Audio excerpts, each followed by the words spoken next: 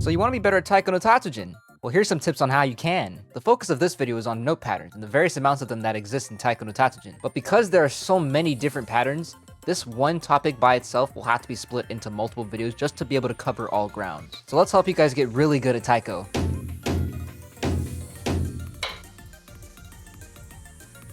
So this video will be one of a few videos discussing patterns.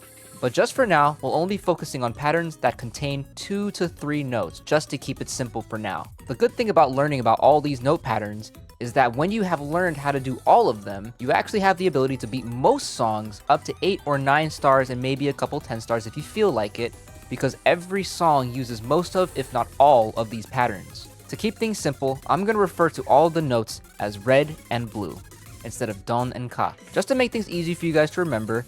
But let's go ahead and get into the 2-note patterns.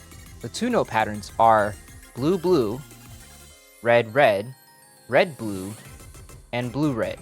We won't have to talk about these few patterns since they're the easiest patterns that I could teach you, but the easiest way to remember each of these patterns I'm telling you is to initiate them with your dominant hand and then support with your non-dominant and so forth. Now moving on to the 3-note patterns. There's a few of them, but we're gonna run through them and they go as follow. Red red blue, blue blue red, red blue blue, blue red red, red blue red, red red red, blue blue blue, and blue red blue.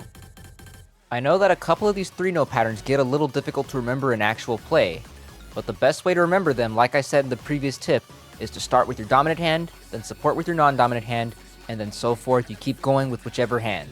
But Ikaia, the way you explain it sounds like an aggressive playstyle, and to this you would actually be correct. Starting all these patterns with your dominant hand every time is an aggressive playstyle. Now if you're playing passively, the best way to remember these patterns, especially at the start of a pattern sequence, is to start with your dominant hand and end with your dominant hand.